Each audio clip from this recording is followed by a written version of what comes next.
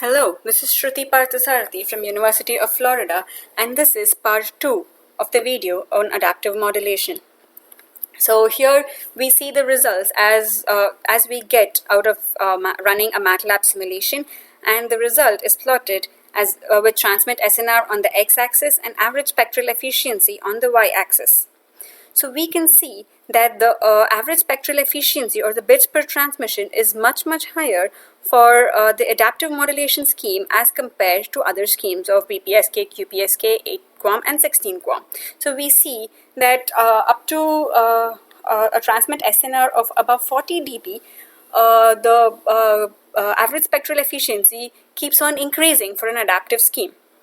And typically for these constant bitrate schemes, it saturates at a particular transmit SNR, and hence and hence we would not be able to achieve higher throughputs if we use these schemes. Hence, this adaptive scheme would give us the maximum throughput and average spectral efficiency. So this has been run for lambda equals 1.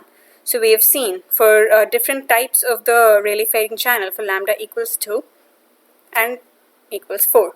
So we see that up to 25 dB we have a constant increase, whereas for the others it keeps increase for adaptive modulation, whereas for other constant bitrate schemes it starts getting saturated. Now let us see a working simulation of how we have generated these plots.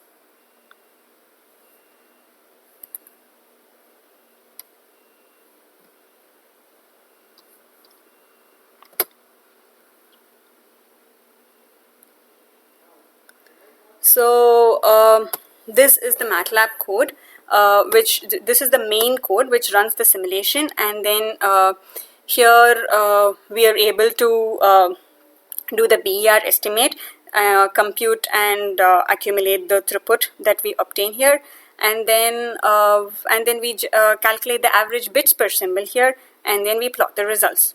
So basically here we and then the simulation that is used to store the gamma.mat file is this.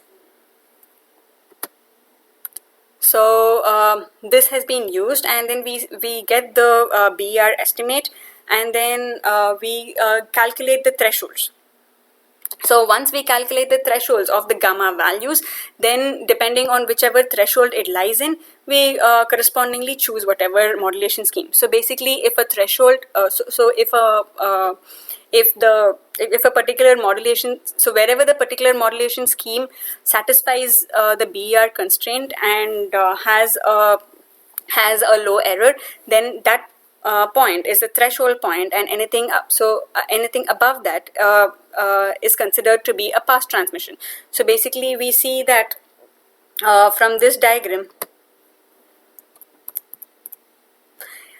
we calculate the gamma 1 and gamma 2 values, and anywhere between this and this is BPSK that needs to be transmitted. So in this way we will determine the most efficient scheme. So now let me run the simulation for you.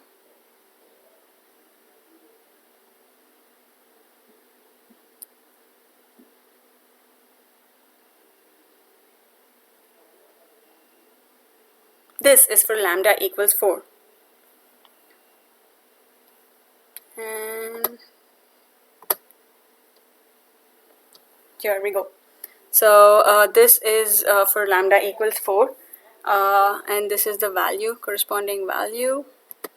Now let me change it to lambda equals 1.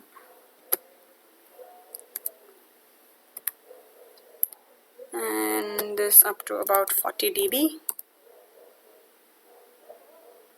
And change this here too. Save it. And run.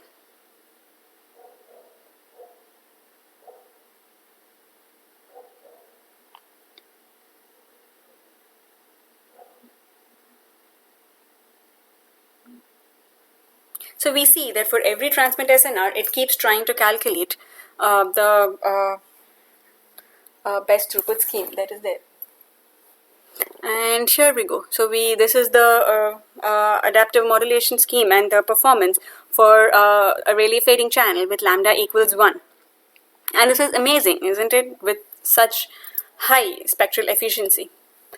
And the last case is for lambda equals 2.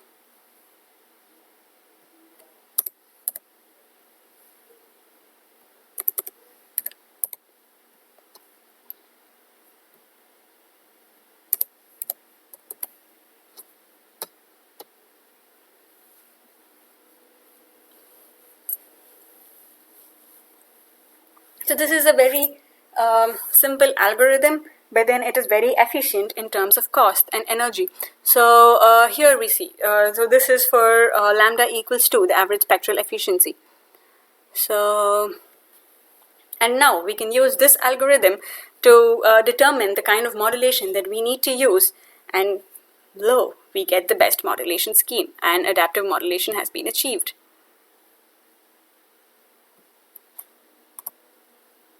Thus, it is seen that this simple, cost-effective algorithm results in higher throughput compared to any other fixed-rate modulation scheme that has been discussed here.